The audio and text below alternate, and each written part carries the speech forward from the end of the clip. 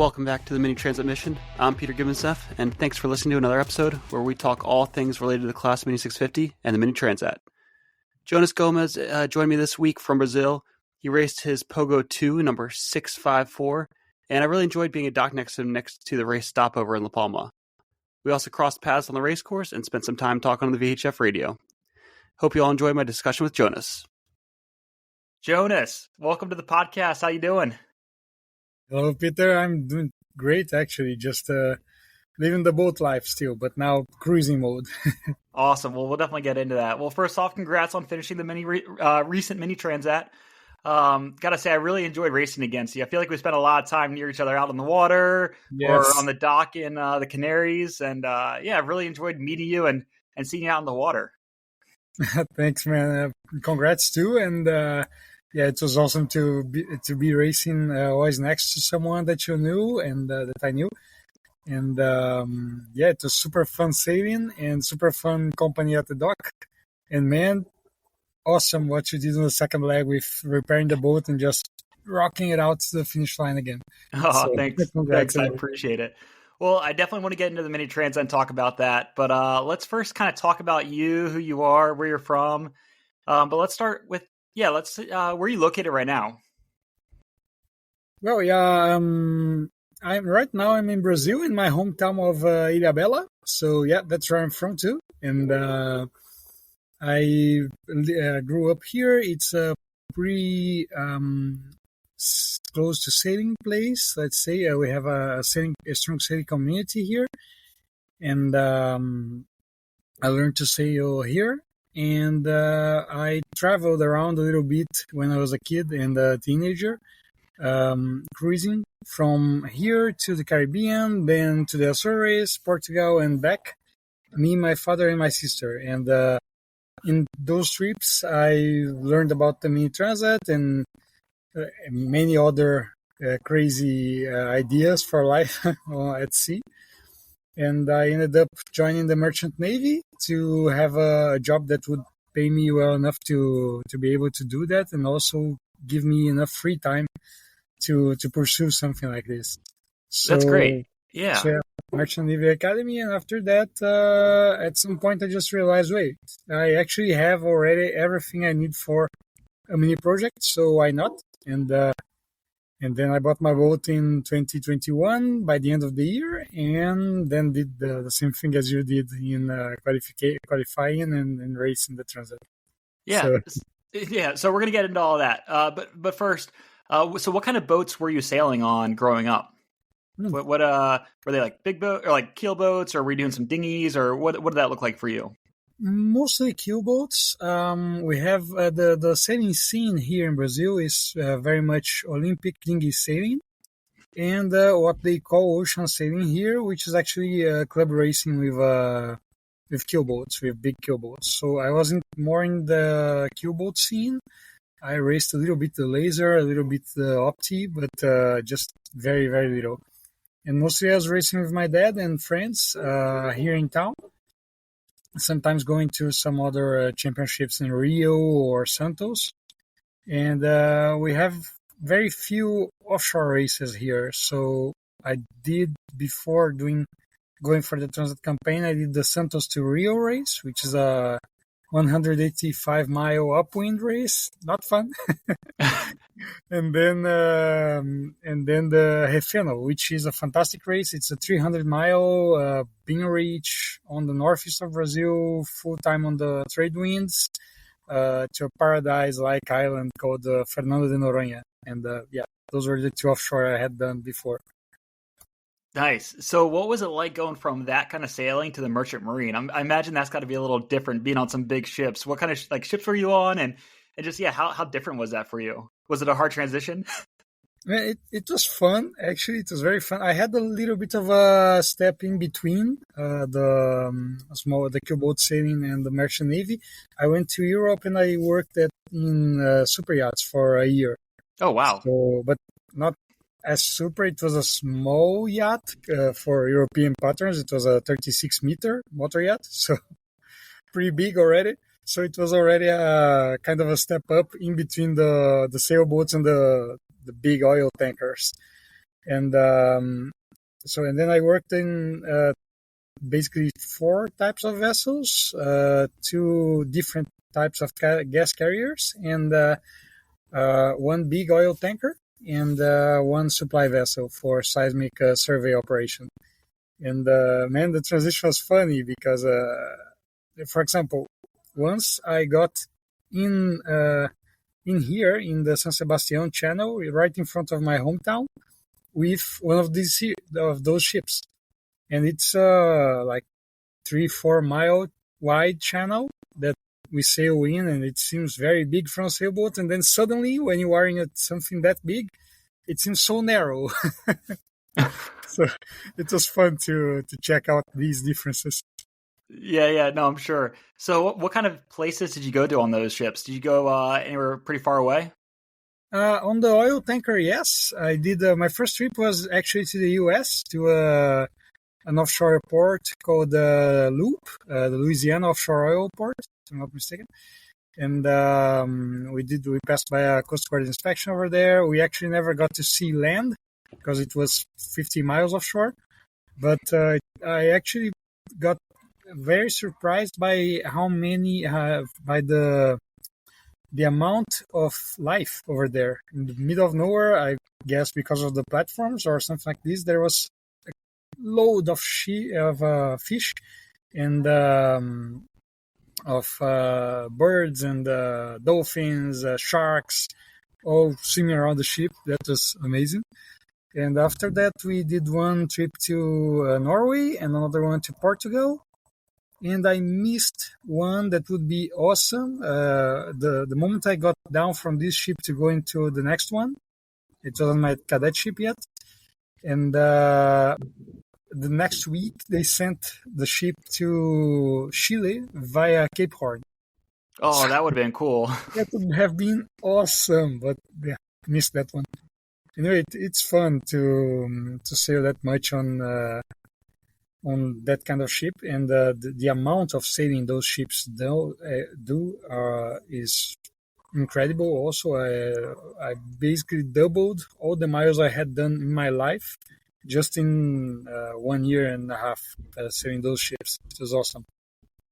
Wow. Yeah, that's incredible.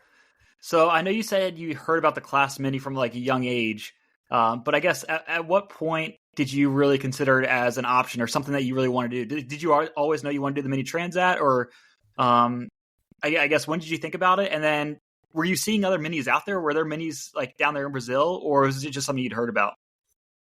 Well, I first heard about it on a sailing magazine here in Brazil, talking about the race, and then I kind of crossed with mini sailors a lot of times during the trips. So, but at that point, I was still a teenager, kid deciding what to do with life, and it was always something I had on my head as something. Whoa! It would be so cool to do something like this, but at that point, I didn't consider really the Mini Transat because it seemed something so far away. Doing it from Brazil, you have to have a lot of money, especially by down here standards, and you have to have a lot of free time. So it was something. Okay, I would like to do something like this, but I can't do that. It's impossible. And then when it clicked, when it was by the end of my cadetship in the Merchant Navy, and just one sec, there's someone playing music on the background. It's okay. You said you're at the yacht club, right? It's all good. Yeah, it's not the yacht club; it's on the street anyway. So, Oh. well, but anyway, when it really clicked in that I actually can do this was by the end of my cadetship, when we were going to Norway and we were going to do a pit stop in the Canary Islands in Gran Canaria for fueling. And the night before we arrived, I was on watch and I started seeing those dots, those targets on the AIS popping in, 1, 2, 3, 4, 5, 10, 12, and all of them going south and fast. and I started looking at them, and it was like everyone, something solo sailor, sailing vessel 6 meter 50. And then I realized that, wait, this is the 2019 Mini Transat. What the? That's insane. That's so cool. I mean, very few people get to see the Mini Transat out there on the Yeah, water man. from I actually got AIS, to see a few of the nav lights passing by the ship, and I was like, whoa, man, just it's flying actually by. them. And that night I couldn't even sleep very well. I was like thinking all the time. I got to start thinking, and then that's when I realized, wait a second, I have the money and I have the time now. So yeah, I can actually do that. So why not? That's great. Yeah. So I think it's something also worth mentioning is I think a lot of people might not realize that the Mini Transat used to finish in Brazil. So Mhm. I know that's something we kind of forget about a lot of times. Do you remember when did they stop going to Brazil and start going to the Caribbean instead? Do you know when that change happened? Actually, it started on to the Caribbean. Then on the, I think, year 2001 was the first one to Salvador, and Okay. it was all the way to 2011, if I'm not mistaken, the last one that went to Salvador, and that was one very nice thing. By the time here in Brazil, there was not, even today, there's not much media on sailing as a sport. And at that time, we didn't even have a very strong internet or a social media where to post, where to look for this kind of thing. So even here in Brazil, it passed a little bit under the radar. In Salvador, yes, people knew about it and went to see the rivals, etc. But in the rest of the country, it was a little bit under the radar. Only on specialized magazines that they talked anything about the Mini Transat. But this arrival in Salvador was super nice because a couple Brazilian sailors did the Mini Transat back then, specifically because they saw it arriving in Salvador. And that's what kind of got to start uh, mini sailing here in Brazil. Although we don't have a strong community yet, sailing the minis as they should in offshore and etc. We still don't have the races, but we do have 15 to 20 minis in the country. They're very widespread, so it's difficult to get all of them in a single event. And Sure. Yeah. yeah, the country is huge, man. And then there's one in the north, two in the south, then three more in between. Well, it's a mess. But we have the boats here. I think we only need the right timing with events and trying to get contact with the owners and trying to get them interested in racing longer races solo. So Yeah. So speaking of boats, let's talk about your boat a little bit. Your Mini. I mhm. know it pretty well just because I've seen it a lot. But can you describe what kind of boat it is and what it's like? And I guess where did you find it also? Because I'm assuming you did not get it in Brazil. Nope. Man, my Mini was the 654 named Borrachudo after a mosquito from my hometown, from down here. And the boat is a Pogo 2. It's a French-built Mini. I think it was built in the US too at some point, but mine is French-built. Was French-built. I sold it already. And I bought her after the Mini Transat 2021, and she was in Guadeloupe. I was on board the ship in Brazil, and I bought her without seeing her at all. I got to see the boat in February the next year when I managed to go to Europe, and that at this point the boat had already traveled back by ship to Europe, and I had paid a surveyor to take a look at the boat and bring it to Barcelona to the base I chose over there in Europe. So guys, don't buy a boat like this, okay? I was super lucky that I was nothing wondering. went wrong, really. Yeah. So how was that buying a boat and not seeing it at all? Did you have any major issues with it, or did everything go smoothly? But you Man, still just wouldn't recommend it? everything was super smoothly. The recommendation I got for buying this kind of boat, a Pogo 2, finishing the Mini Transat, was exactly okay. Pogo 2 is indestructible. So it's an older Mini that is well known for being super strong and still performing nicely. And And after the Transat, it means that it has already been tested a lot, and it is fully equipped for Category A races. You just have to change a few things that are going to expire. But so my recommendation was just that.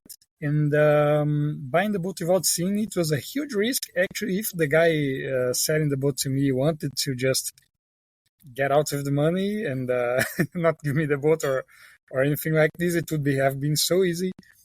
But the cool thing is that in Mini, I think everyone knows each other. I asked around a few friends if they knew that guy, and they said, no, this guy apparently is chill. I don't know them, but it seems like a serious mini sailor.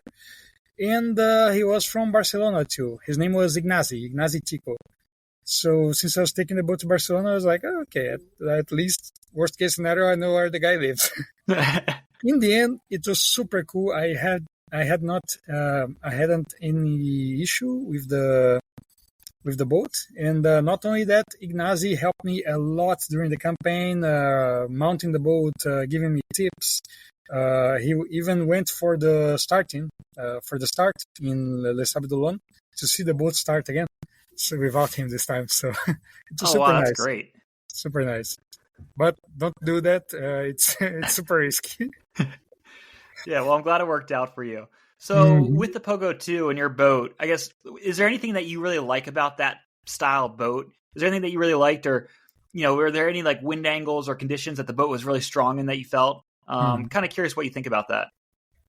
Man, the Pogo 2 is a fantastic boat for going upwind, and she performs really well, like with the top of the fleet, or even better than Maxis and this kind of boat, in light air and upwind conditions. Upwind and downwind VMG in light air. So up until 10 knots of wind, I can play with the best of the Maxis. It's really nice about that, performance-wise. And one thing I really liked about the boat is that she was so solid.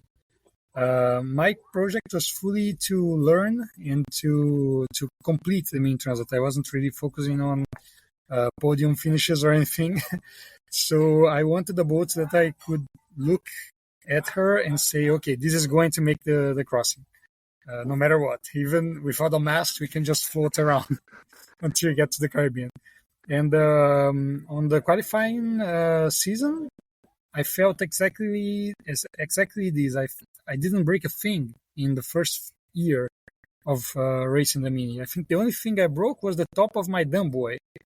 Something like that. But from the boat, absolutely nothing. And we got some really nasty seas in the Mediterranean that first season. And I saw Maxis and Vectors breaking here and there, and the Pogo 2 didn't even feel it. It was super nice as a strong boat. And for me, for building confidence and learning, it was fantastic. If I had to do it again with the same level of knowledge I had in the beginning of the Mini project, I would have chosen the same boat, really. Nice. So yeah, let's talk about that qualification process a little bit. How many years? So yes, you said you got your boat in 2021. So about 2 years of qualifying. Do you remember how many miles you did, and kind of walk us through that process of qualifying for the Mini Transat? How'd that go for you? Man, it went smoothly, mostly because since I was non-European, I had one of those 6 DCQ places kind of secured. It's some for the people here in the podcast. It's they secure 6 places for people who are non-Europeans, and only non-Europeans can compete for these places. And there's never enough people from outside of Europe to fill them up. So pretty much only have to do the minimum of the qualifying miles, which is 1,500 in races, and plus the qualif, which is a 1,000 mile non-stop out of race course that you have to complete. And at first I was focusing on doing only those 2,500 miles. And but I ended up doing more, mostly because I got I got into the races of the qualifying season. They are super fun too. So I finished qualifying the Pornichet Select in the beginning of 2023. In 2022, I did the Solo Med 1 as my first race, which was a 160 mile from Barcelona to Mallorca, and my autopilot broke at the start. So, Oh, so that's I did rough. the whole thing without an autopilot. It was a nightmare, and but ended up finishing it anyway. And it was a key to my project was finishing that race. Because if I hadn't, that was the only category C race that I could have done in that year. And since I was in Barcelona and with the timings and all, so I pretty much, if I didn't finish that one, I wouldn't be able to race any other one unless I did the qualif super fast, which in the Mediterranean is hard. But anyway, I did that one. Then I went for the Solo Med 2, which was already a 500-mile solo around the Balearics 3 days after the Solo Med 1. That's a quick turnaround. Yeah, very quick turnaround. I had to fix the autopilot in Mallorca and find the problem, which was not the autopilot. It was just one wire, which was partly broken. So it would heat up during the 5 first minutes of autopilot operation, and then autopilot would go down. And it was super difficult to find that. So I kind of spent 2 days trying to find that and not resting. And then I went to the second race without a good idea of how to do my sleep management, and I screwed it up big time. So the first 2 days of racing, I didn't sleep at all, like for 40 minutes at most. And then the third day, I was so out of it that I decided to stop. So this race, I had to abandon. Oh, really? Not the boat, but because I was completely out of it from fatigue. That's a great lesson learned. Were you hallucinating at all, or were you just not awake at that point, or how did that go for you? Man, it was like on the first 2 days, the thing was I tried to manage. I would be sailing and thinking, okay, I will sail until I feel tired. When I feel tired, I will try and go to sleep. Bad idea. Pretty much, the first 2 days were super packed racing with people around all the time, and I was all the time like excited because it was the first race I had the boat working, and I was like climbing the rankings. It was the light wind, good for my boat. And then the second day of racing, we went around Formentera and Ibiza, so it was close to shore racing, so I could not go to sleep properly because I was taking care of shore. And then when I turned to Mallorca back, that we had the full channel over there to sail and plenty of space, and the boats were already a little bit more spaced, and I was completely busted already, like very, very sleepy, and thinking I need to sleep. It was a 25 knot upwind with 2.5 meter wave. Oh, that sounds terrible. It was terrible. It was impossible to sleep. So that night I could not sleep at all. I started having sound hallucinations. I broke my alarm clock at that race. It fell. It was kind of very shitty alarm clock. It fell down and broke. But I could swear I was hearing it for the entire night, just ringing. And then I would go inside to check, and it was silent. So, man, bad. And at some point in the night, I went to do a second reef in the Jeep, which was not necessary. I was just scared of the boat at that point. I didn't know her very well yet. And the second reef on that Jeep was super high up. And the correct procedure would have been, okay, drop the Jeep down, set the second reef, then get the Jeep up again. 25 knots at night, 2.5 meter waves. And then instead of doing that, I found myself at the middle of the night on the tip of my toes, trying to reach for for the Genoa sheet on the trying to tie the Genoa sheet on the On the clue, like the back of the clue. sail. Yes, exactly, Yeah. on the clue, on the correct point. And thankfully I was tied down to the boat at that point, but it was what gave me the alert. Like, okay, this is not something I would be doing normally. This is dangerous, and I'm doing this like that because I'm absurdly fatigued, and I don't feel safe following the race if I know I am failing like this in my uh, in my head, in my thinking. Well, Yeah. Yeah, that's a not great lesson following learned. correct procedures. So Yeah. then afterwards, after I finished, I stopped the race and went to talk to everyone who had finished. Everyone was like, "Man, no. Normally, what you do in mini racing is you set the boat. If it's stable, you go and sleep. You don't try to sail until you're tired. No, you go to sleep to avoid getting tired." And and that was a big lesson learned on that one. After that, at some point I thought, okay, project over because I lost 500 miles over there. Oh. But I had one more chance on another race I hadn't uh, signed up for at that point, which was the Corsica Med. Mm. But in the Med, you don't have waiting lists for the races. So I managed to sign up and sailed to Marseille for doing the Corsica Med, which was a super nice race, 500 mile too, going up to Corsica and the Isles of Toscana, and then back to Marseille. And that race was super cool. Also a challenge because it was the first time I got a strong downwind with the Mini, and it was kind of scary. We got a full night of 30 knots sustained with 35 plus gusts. And I was sailing only like with the jib only, the Solent only, and doing 7, 8 knots, this kind of thing. And then when I arrived, um, people were saying, "No, no, you had too little sail. You could have been with the second reef on the main full jib, and I was doing 14." So that was another super nice learning experience to realize, okay, no, wait, the boat actually can handle this kind of situation very well and go fast at it. And going fast is actually the right answer for this kind of weather.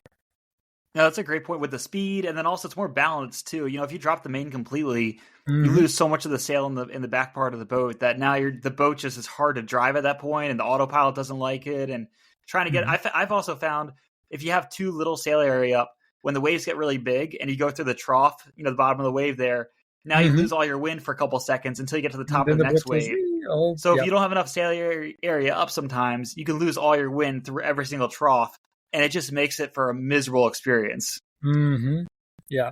Then you have the waves crashing on the back of the boat, etc. So yes, speed is the answer, at least for the kind of boat that the Mini is. So man, yeah, that was a super good learning experience. The race was awesome.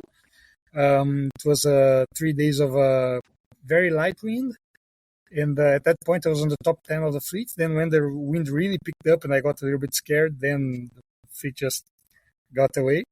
And actually, a point two won that race. It was a pointy boat won that race. It was Francesco in the Gin Tonic. Oh, nice. And and then after that, I did 2 more races in Barcelona. So one was the Mare Nostrum, a 500-mile double-handed race, which was my first double-handed race ever. And around the Balearic Islands, it was super fun. It was fast. How different did it feel? The difference in the solo and the double-handed racing in the minis. How did you feel going from all the solo sailing to the double-handed? Was it like more fun or just different, or was it awkward having someone else there in the cockpit with you? How'd that go for you? Man, it was paradise. It was paradise. I mean, it was a little bit awkward in the first few moments. Like, okay, wait, I'm super used to being alone in this boat. Now I have someone else that I have to explain the boat to, right? But my My co-skipper was an Argentinian guy who lives in Barcelona, who I had met during the safety courses for the class, Julian. And he was super nice, very good sailor, very good company on board. Every time, all the time, smiling and trying to learn and trying to make the boat go fast. So it was super fun racing with him.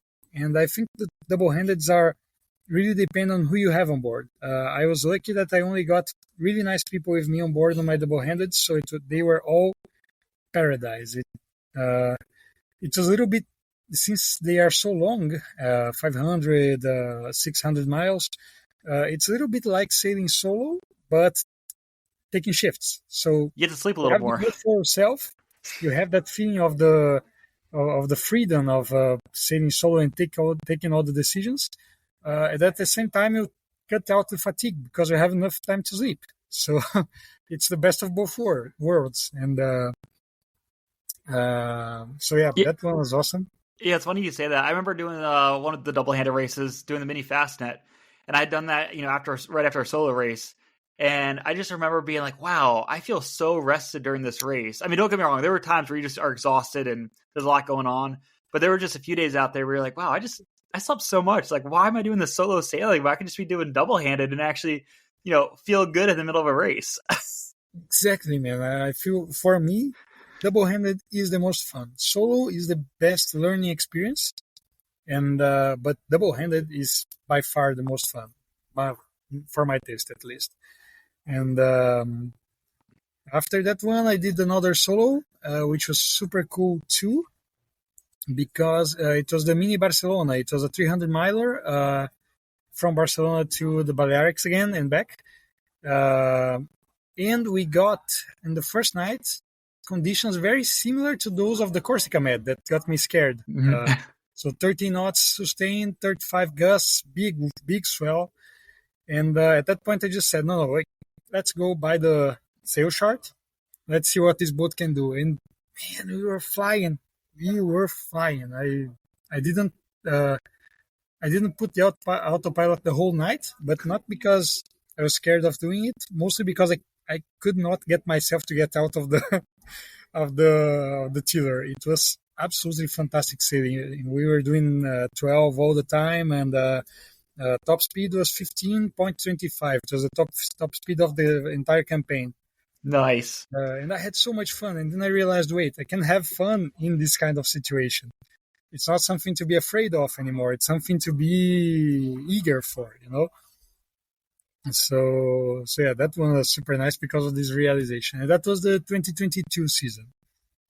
So I'm curious. So you're the first person I've had on here that did part of their training and racing over in the Mediterranean. What were some of the big differences you found between the Mediterranean mini racing and the French side of, Bay Biscay, side of the mini racing? How is that different for you? Man, mostly current and weather. Current because there's pretty much no tidal currents on the Mediterranean. It's the tidal variation over there it's 1 meter or less, and so we don't really worry too much about looking at the tide tables and tide coefficients, this kind of thing.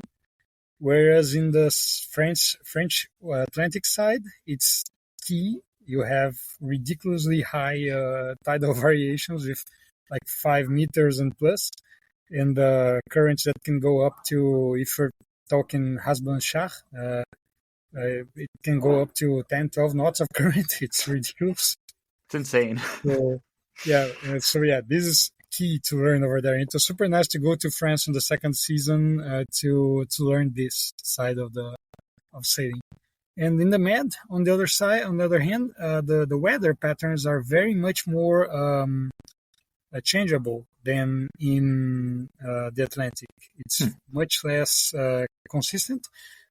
Weather changes very quickly, and even for the forecast, you usually have 1 or 2 days that you can actually really trust the forecast. After that, it's a little bit of a hit and miss. So it's something. It was very nice to learn how to sail in very different conditions, from no wind to a lot of wind in no time. And it was really nice to learn to trust a little bit less in the weather routine you have before the racing, and a little bit more on what you see around at sea. So it's a super nice for on this side. That's really interesting to hear. So, question for you. I know a lot of times I saw that you were living on your boat. How much of this during the qualification process were you living on your boat? Let's hear a little bit about the life on board the Pogo 2 for you. Man, it was fun, really. It was fun. I was half the time working in merchant navy ships, but down back here, and then I would take 1 or 2 months to live on the Pogo 2, and either in the Med or in France. And it was super fun. It was a little bit like a extended camping trip at sea. And structure-wise, it was not a problem. I didn't have any of the comfort you find in a cruising boat, like a head or a oven or anything like this, a fridge. But uh, I was always in marinas with the boat, and so I always had some supermarket nearby. I used to cook on board quite a lot, but I could also go and eat ashore. I would use the boat for working on it, sailing, and finally sleeping on her and cooking once or twice. But most of the day I was out or working on the cockpit, so it was not that much of a problem. The small space, it's super fun. Well, I'm glad it was fun. I think it adds a whole other element to getting ready for the mini transat throughout this qualification process. When you're living on the boat, it just adds something to it where you're really one with your boat, and then also the atmosphere of the other mini sailors, because a lot of people sleep on their boats. Mm-hmm. In some races more than others, depending on like what kind of race it is, or if you're there just for a short amount of period. Sometimes it's just easier to sleep on the boat for a night, than Mm-hmm. trying to find like a place to rent or hotel room, and it's a lot cheaper in the long run. And so you just meet a lot of people on the dock when you guys are all just living on on the pontoon together. Yeah, man, it's a super fun on this side too. On the pre-race and post-race, it's a super fun to do. Like beer on the dock with the other minis. It was great. Met a lot of them on this kind of get together, and not only during the races, because someone living in a mini in the marina is something that caused a little bit of attention. So often I would have cruisers passing around and stopping to chat and ask about the campaign, ask if I was living on board, and it just I made a few friends like this too in the cruising community in France. That sounds like a lot of fun. Yeah, man, it So is. yeah, so let's talk a little more about the mini transat itself. Going into this race, what do you think were some of your biggest challenges going into the mini transat? You mean after the whole qualification or into Yeah, the whole I course? think, or maybe either during the qualification or leading up to it. I know for some people it might be the time taken off from work. Others might be the budget, trying to fund it, or the sailing itself. I think a lot of times, I think a lot of people run into challenges more off the water, just trying to get to the starting line for some of these races. So I'm Mhm. kind of curious for you, how was that whole process, and what were some of the challenges for you? For me, surprisingly, well, since the whole project was not geared towards being on the top of the fleet, that meant, first of all, that the project was cheaper than most.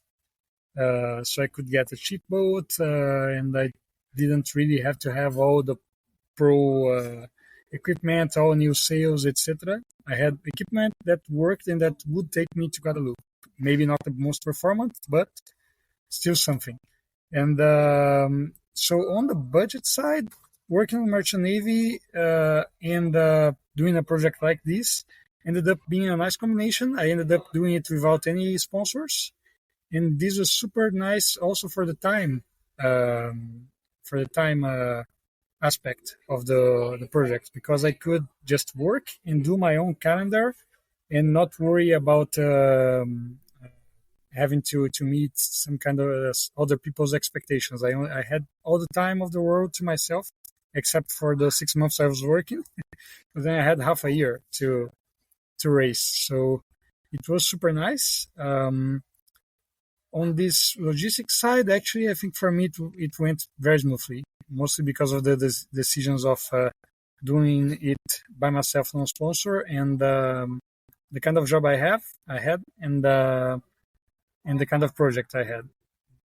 My challenges were mostly, I think, to get used to solo sailing, to offshore solo sailing, long distance. Mostly getting used to fatigue. I think that was the hardest for me. And well, the whole learning process was awesome, but it was also challenging. It was my first boat, the first boat I owned ever. All the other sailing I had done was on my father's boats or on friends' boats. So another challenge was to get up to speed in the whole documentation process and boat ownership itself. That is a challenge, big challenge. And I think my project was very chill, probably compared to most people.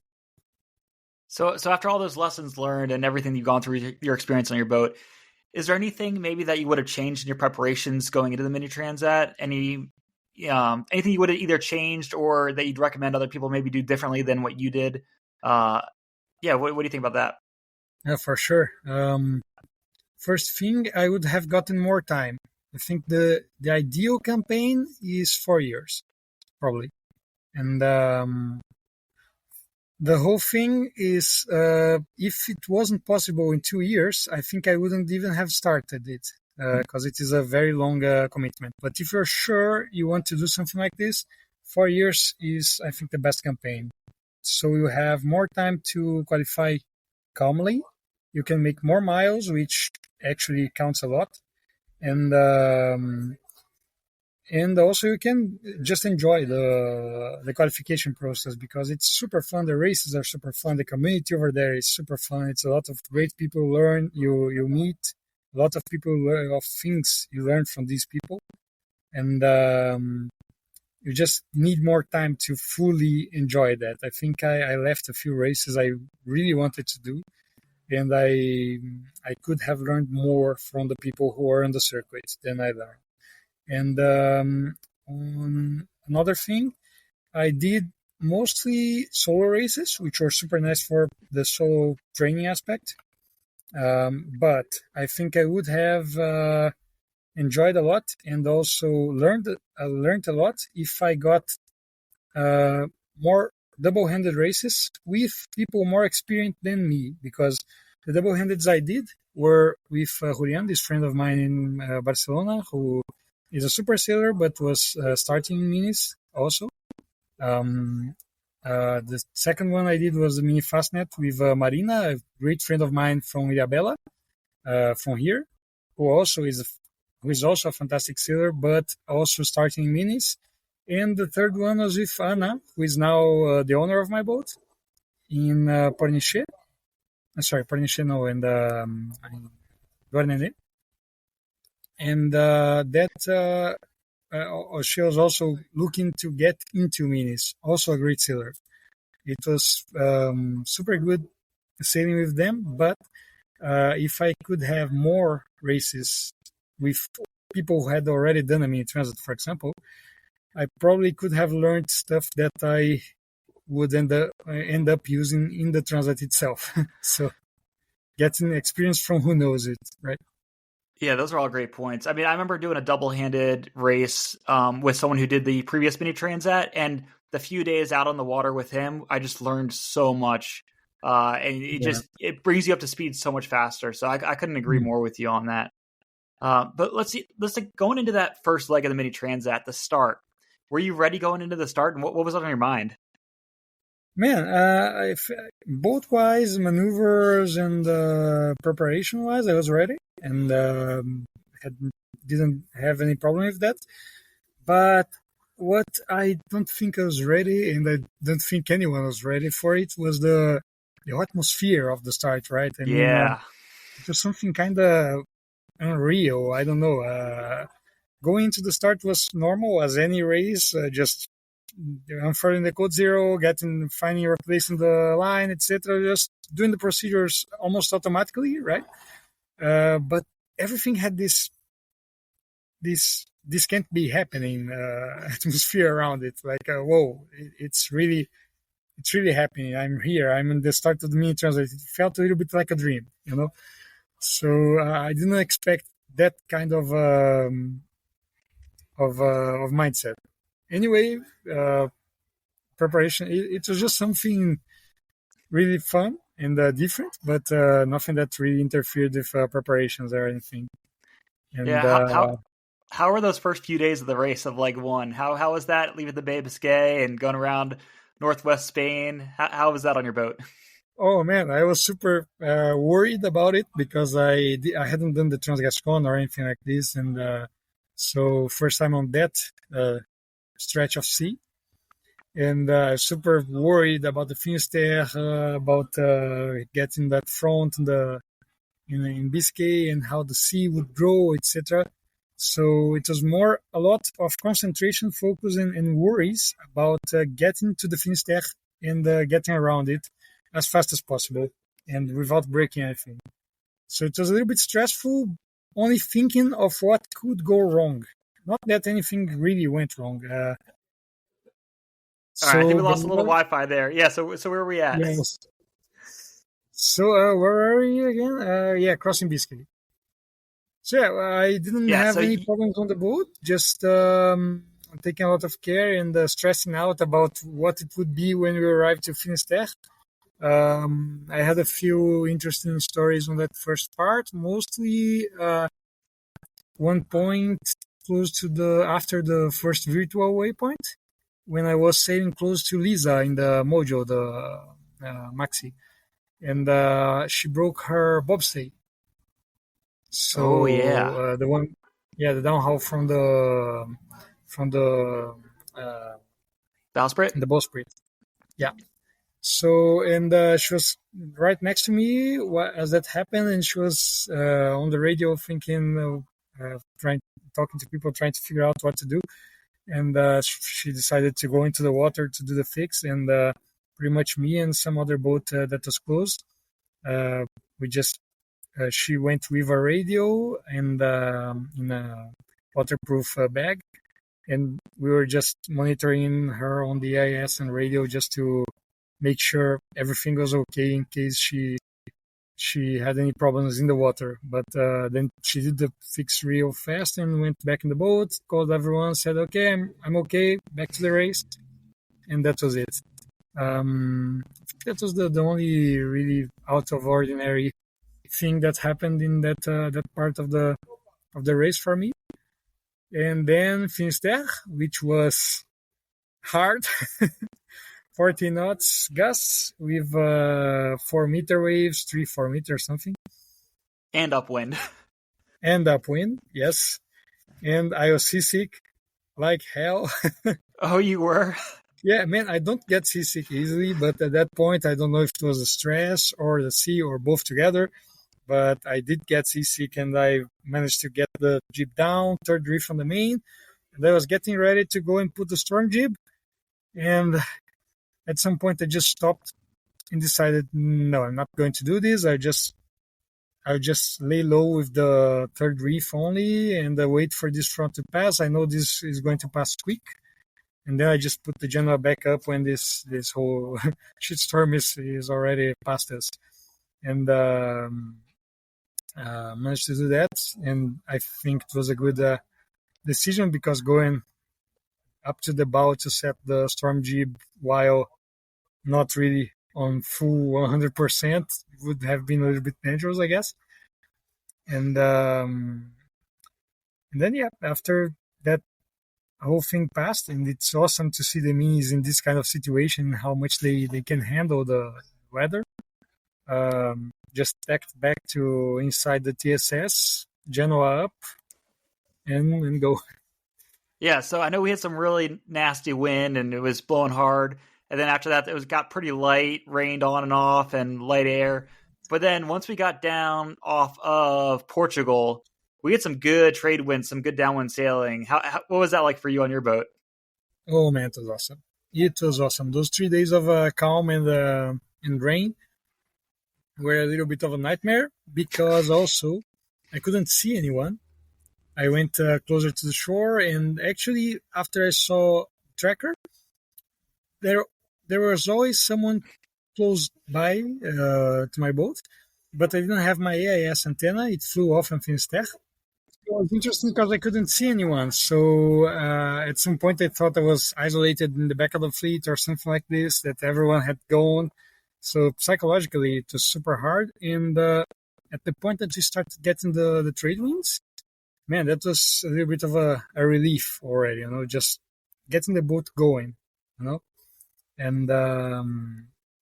And how do they go, right? I mean, Jesus Christ, after the wind really picked up to 20, 18, 20, 20 something, man, the boat was just flying. It was some of the best sailing I had ever done.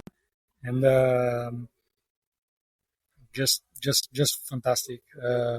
Tactics wise, I think I got a good one after Portugal, and I managed to do a single jibe around the middle of the East Madeira area. East Madeira, yeah, I think it was that. Mm-hmm. And it just took me straight to the finish line. My idea was to get somewhere to the east of Lanzarote, just to the east, in a single jibe, and then jibe again to try to get to La Palma afterwards. But the wind just shifted along with me and got me straight to the finish line, to the ley line.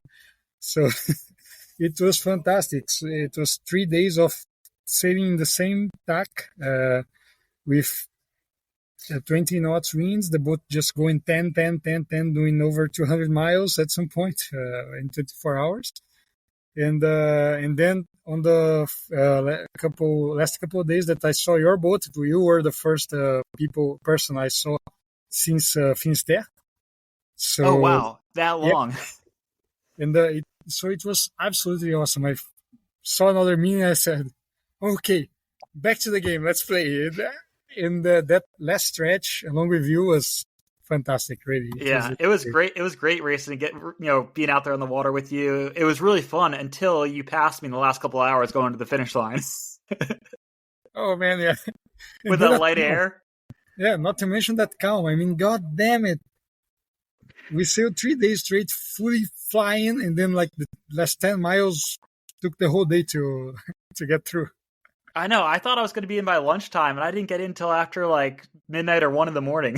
Yeah, me the same. I was already counting with a beer with the guys on shore after by the end of the afternoon, and then 2 a.m. But everyone was still up and just making a super party for us in the pontoon. So it was also great. This kind of receptivity from the mini class and your concurrents, it's stuff you don't see on other classes, like people waiting for the last place.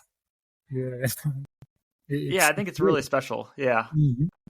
So once we did get to La Palma for the stopover, we were there for a couple of weeks. Did you have any big major repairs that you had to do? Thankfully, no. The boat was super solid on the first leg. I had my AIS antenna and a VHF antenna, which had flown in the Finisterre storm. And then I think I broke one bucket. And the top button in the mainsail that I only realized was broken when I got it down in La Palma, actually. Might have been because of the flap in the last day, even. So yeah, that was it. A couple little sail repairs, but stuff I could hand stitch. So La Palma, thankfully, was more of a double checking the boat and resting very well. Resting, a little vacation for you. I think you got to see some pretty cool areas down there. Mm-hmm. Yeah, man. Yeah, it was super nice. And I rented a Airbnb with Francesco and Ari from Gin Tonic. And it's super nice to stay with them over there. We ended up growing a super nice friendship. And it was just chill and super cool. Felt a little bit like back to cruising life. Yeah. So going into the second leg, how was the start for you? Because I remember it was really light for everyone trying to get across the starting line. Where were you in that mess of the starting line? Because that was just pure chaos, the slowest, like slow motion chaos I've probably seen in a start. exactly. But that's where the Mediterranean came in. That was exactly the condition I knew I could sail well myself in the boat. And so I went for the start thinking, no, what? It's the last race I'm doing with this boat. Might as well go all in, at least for the start. Worst case scenario, I can at least get a couple of nice pictures. I ended up starting right behind Fede Waxman and right in front of Carlos Maneira, one of the first boats of the committee. Yeah, the two So, fastest boats there. yeah, exactly, man. It was a super. On the starting line, I was super well positioned. I got clean air right away. I went to the left side, and on that first night and to the second night, at some point I was third overall. No way. That's awesome. Yes, really, it was crazy, and that's the condition where the old point twos, like gin tonic and my boats, really perform well, and the kind of condition I'm more comfortable in also. Mostly because the area here where I sail is a little bit light to medium air. We don't have much heavy air down here, so it's something I'm used to also. So the start and the first days were fantastic for me. I was really into the racing and crossing with good people all the time, like crossing with Carlos, crossing with Jamila, crossing with Gin Tonic, and and and really enjoying that. Up until the third day, I was really well in the rankings. Then the wind started picking up a little bit, and the maxi started coming in fast. But up until the seventh day, I was still crossing with competitors and having a load of fun in the competition, like a close competition, close calls with everyone, and just visually seeing other boats and trying to beat them. So that was super nice on the beginning of the second leg. So with that group of boats you're in, what part of the rum line were you on? Were you on it or did you go north? I think, did you go north of the rum line or what was that looking like for you the I first couple went of days? just a tiny bit north of the rum line. I didn't go all north like a few people did. But after looking at the tracking, I did pretty much, except for the going north of the run line on the first few days. The rest of the race was pretty much the same track as Luca did, the guy who won. So That's a good track to have. only way slower, right? So, but yeah, I did a little bit more run line. Since the wind was already good for my boat at some point over there. And I saw that down in the south there was more wind, but looking at my sail chart and the polars for my boat, I thought it would be too much of a risk to get too much wind down there. We were getting quite a variable, strong wind coming in, like from 18 to 26 knots, varying in like a 10-minute period, and then back to 18. And so it was kind of shifty like this in the run line. And I was thinking, well, if I go down, I just get even more wind. It's going to be hard to drive the boat, and I won't gain as much speed, that much speed. So, and I can tell you there was definitely more wind farther to the south. Yeah, I heard about it. How much were you getting? I mean, I think for a week straight, it was probably averaging 25 knots of wind. Holy shit! Yep, that's a lot. But I sailed a lot more extra distance though, so Mm-hmm. it all works out in the end. Yeah. Anyway, the boat was flying on the run line anyway, and I was just trying to go south a little bit, but trying to get south of the run line, but only when the wind let me. I wouldn't go down if the VMG was to get too low. If the VMG was better for going west, then I would go west. It was pretty much like this, just playing the shifts.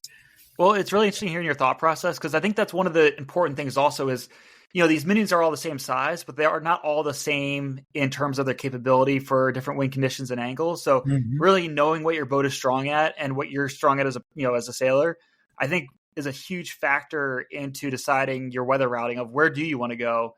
based off of your boat's performance. So I think it's interesting hearing your thought process behind it, and I think it definitely I can definitely tell that you put a lot of thought into it, and it makes sense. Yeah, no, I was putting my whole game was just in the weather routing and thinking where to go. It was one very fun aspect of the race was to get the weather reports and play it on the paper, play it in your head, and figure out where to go.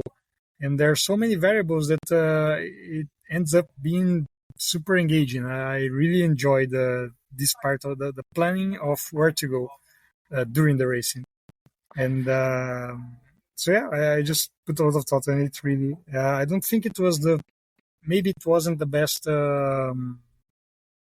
tactical decision, although the run blind route ended up being paying up really well for the boats on the top of the fleet. I think I did a good race tactically wise. Where I really lost a lot was on keeping the racing mindset. Actually, up until the 7th day or 10th day, where I was still playing with people visually. I was fully into the racing. I was pushing hard. I was keeping the most sail I could, playing by the sail chart fully.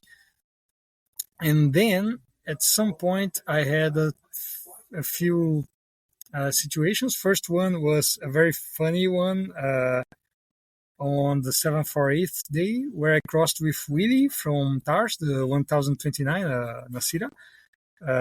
And we crossed like half a mile apart from each other on the 7th day of racing, super close. And just behind him was one of those big squalls. It was looking nasty. And but since I was going all in and he was also over there and I wanted to keep up with him, I just put one reef on the mainsail, still speed max up, and went to the helm to helm a little bit deeper. And Willie did the same. And at some point, the squall hit us both at the same time while we were crossing close to each other at this half a mile distance. And it hit us with 32, 36 knots, something like this. And both of the boats just broached each one to one side at the same time. And it was that chaos, the boat just flat in the water, trying to get down the spinnaker somehow. And I managed to get my spinnaker down, looked back, and Willie was still just flapping around flat in the sea. Then he managed to put his spinnaker down. He called me, Jonas, are you okay? Yeah. And you? Okay, too. And then we just stopped for a second and said, man, what the fuck was that? Got spinnaker up again and play. But that was a little bit of a scare. And after that, I ripped my medium spinnaker. So at this point, I started it started creeping into my head, that you don't have to win over anyone. You only have to arrive. That's your project. And I started playing more conservatively, just getting less sail than I should. And I think if I would do anything different in the second leg, maybe not that specifically, but I would have prepared more for keeping performance and prepared more before the race to keep the competitive mindset all the time.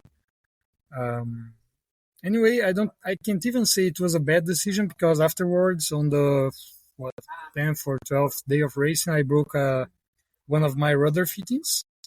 And, oh, really? How'd that happen? Oh, it was a broach after a jibe. Of course. Yeah. Squall, I handled the squall well. Just the same thing, one reef in the mainsail and going to the helm. And after the squall was passed, like it went down from 26 to 18 knots. And then I thought, well, okay, now that the cloud is already away and the wind is stable again, I'm going to do a jibe to the other side and go to the correct VMG ground line at least. And as I was doing the jibe, one gust came in out of nowhere with 26 again, and the boat just brushed during the jibe. It was that all that chaos, and then after I put the boat back in place and got to the helm to check if the boat was well balanced, it was heavy, too heavy. And then when I went to look at it, bam, broken rudder fitting. Luckily, I had another one. I got all sails down, managed to do the fix in quite little time. Yeah, I think less than 1 hour, I had the whole thing running again. But since the rudder stayed with a fitting broken for a little bit for a little time, it started twisting the other fitting, the upper one. The one that broke was the lower, and the upper one twisted a little bit because of that free movement of the rudder. And therefore, I could not fit the original pin back in place. So I had to improvise with another smaller pin I had for this kind of situation. And that ended up leaving the rudder with a lot of play, just moving a lot. And after that, I was like, okay, I don't have another fitting, so I can't risk breaking this one. And yeah, after that, I was just playing at 7 to 9 knots the whole rest of the race, and sucked a little bit, but yeah, but at least it didn't. At least it wasn't a catastrophic damage. So that's at least I managed to arrive still into Guadeloupe, and that was the whole point of the race. And even if I was more competitive on the beginning, maybe I would have broken that fitting before. Maybe I wouldn't. Who knows? So I can't even say it was a bad decision to slow down a little bit after that the 7th day. But if I would do the whole project again, I would prepare more for the breakages on the second leg, because it's a lot of time sailing. It's a lot of time the boat is under stress, and we don't really think about it too much beforehand because it's just downhill, right? It's just downwind, but it's not just downwind. It's downwind on the limit for a long time.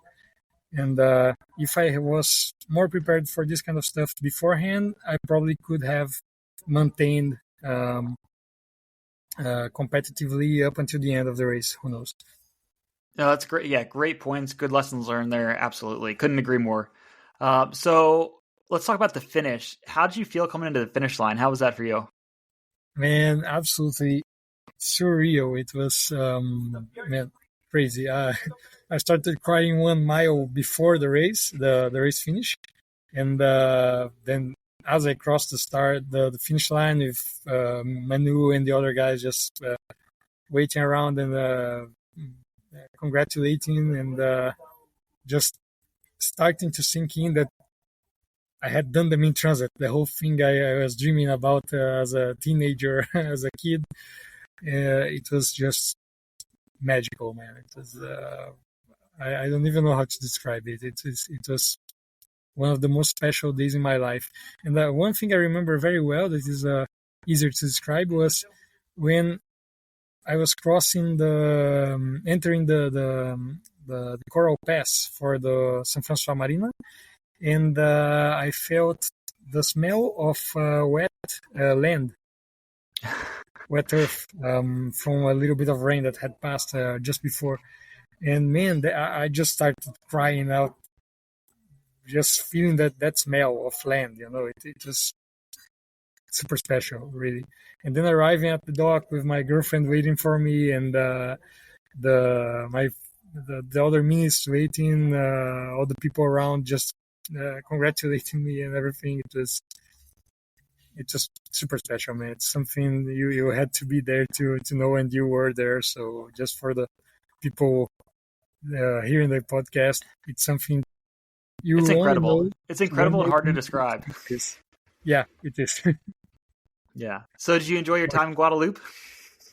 I did enjoy the time in Guadeloupe. Actually, Guadeloupe was more dangerous than the Mini Transat itself. How so? Man, I ate something over there that didn't go well. So the plane trip back to Brazil was miserable. Like miserable.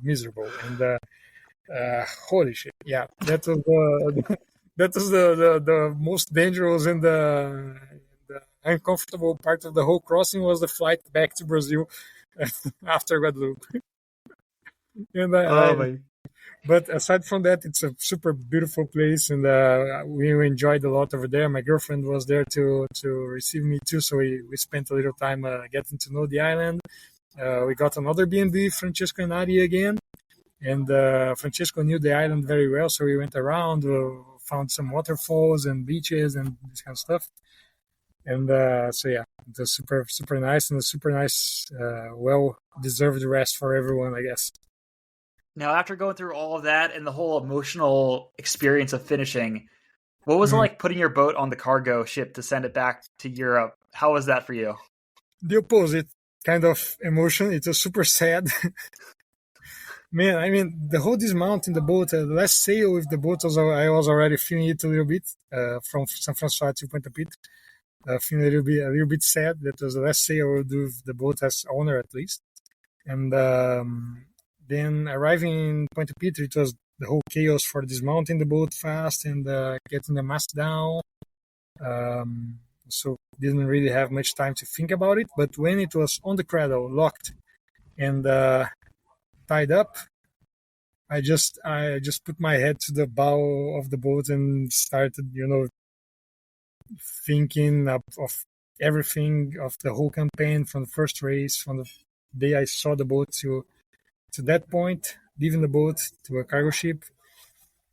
And man, yeah, no, I was crying again, but not emotional, happy, just sad, and remembering a lot of stuff. It's a super unique relationship, I think, that an ocean sailor and especially a minist has with their boat. Since the whole qualification has to be done with that boat, it's your partner for the whole process and for the whole dream. And since it's the first for many people, first Atlantic crossing or first solo crossing or first, it's a whole lot of firsts. When you do a mini project, it's in the end extremely emotional when you have to part ways with the boat. But a mini is happy doing the Mini Transat crossing the Atlantic. So if I was not going to do it again with her, best thing is to sell it to someone who will. So yeah, and I mean the person you sold to, the boat's going to do the Mini Transat again, and I feel like from what I know, I feel like you're both in good hands. Yeah, it is. I raced with her on the offshore once with the boat, and I know she sails super well. Her name is Annalisa. She's from Estonia, and she's with the boat in Barcelona now, just prepping the boat super well from what I get from the pictures and everything. And she invited me to do a couple races with her also. So might not be the last time I sailed the Borrachudo, just last time as owner, but anyway. And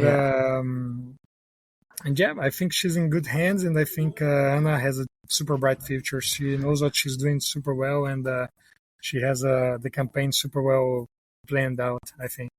Yeah, and she's going to be the first one from Estonia to do the race, right? Yeah. If she manages to do, and I think she will, she'll be the first Estonian to complete the Mini Transat. Yeah, well, when you talk to her, let her know. We got to get her on this podcast. I'd love to talk to her when she starts sailing the boat, and during the qualification process. Yo, man, definitely. I can send you her contact, and I'll let her know. And I think she'll be super up for it. Yeah, I'd love to hear more about it from her.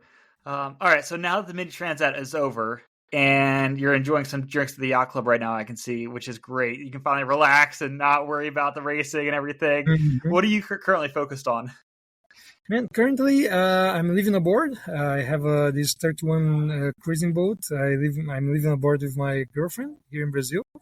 And I'm starting to teach sailing classes, mostly focused on navigation, and planning on doing a few workshops of specifically focused on double-handed and single-handed offshore sailing. And hopefully maybe getting the offshore racing scene here in Brazil going a little bit. We have one race project that might go right, which is not super big. If it works all right, it's a 100-mile race divided in a 20-mile pre-start and then a 80-mile more offshore leg. It's not big, but it's a start. And this one is supposed to be double-handed fully. And if it goes like this, it's going to be the first offshore double-handed race ever done in Brazil. So that's cool. That's cool. It's not going to be only for minis. I'm trying to get all the classes we have here involved so that more people can enjoy this kind of thing. And if the thing really goes well and it's looking good, I'll let you know. And maybe we can find some minis to race. Yeah, no, that's perfect. Awesome. But the short-term projects are those, and it's looking like we're going to do start planning a round-the-world cruising trip. Me and my girlfriend. No way. Could be. We have to.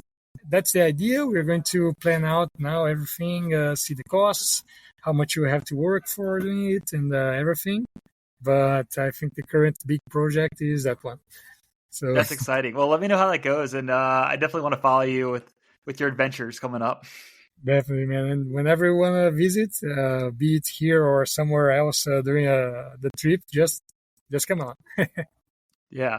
So with that being said, is there any more mini transats in your future? Would you have any interest in doing the race again? Man, possibly. I think I could have done better in this mini transat, although it was great.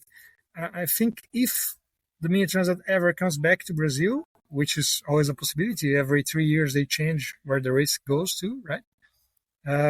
I might just drop everything I'm doing and go do it again in a competitive mode, maybe to do something different, maybe in a Pro Tour, maybe in a top of the line Maxi or something like this. Trying a different project, but just to do it again, arriving here, Aside from that, I'm definitely going to be on the radar to co-skipper for people in the mini circuit this year, maybe the next one, and other offshore races that I could co-skipper for people. I would be completely down to it. Only right now, I think the big project to focus on is that the cruising one, and we'll do one crazy project at a time. So let's see. Well, hey, that's great to hear. I think it's about time to wrap it up. I've already taken way too much of your time. But Jonas, thank you so much for sitting down, taking the time to talk to me. It's been awesome hearing your story. And finally, obviously we talked when we were on the pontoon and afterwards in Guadalupe and La Palma and everything, but it's really nice to kind of sit down and just kind of explore what the race was like for you and really kind of go through everything. So just thank you so much for sharing this with me and for all the listeners out there. I really enjoyed talking to you again. Thanks a ton, Peter. Thanks for the invite. And it's super fun to talk to you again after a little bit of downtime from the race. And after we both had time to organize the ideas and just logic out what the race was for us. So it was super nice to be here in the podcast. And I hope everyone listening enjoys it too and maybe gets the idea to go out after some crazy dream that seems impossible. Awesome. All right. Thanks, Jonas. See you, man. Thanks a ton. Well, that's it for episode number 16. Make sure to sign up for my email updates, pgnoceanracing.com. I'll have some more updates coming out soon. This winter, I've been fortunate to be invited to speak at various yacht clubs and sailing organizations to share my story racing in the Mini Transat for U.S. Patriot Sailing. While the schedule is filling up fast, feel free to reach out if your club is interested. You can still support this campaign, and donations are really appreciated since this mission is not yet over.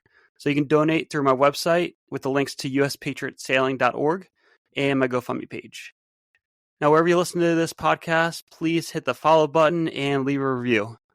You can also follow me on social media at Facebook, Instagram, YouTube at PGN Ocean Racing. And let me know what you want to hear about or if you have any questions. My email address is in the show notes. Thank you, everyone, for listening to the Mini Transat Mission.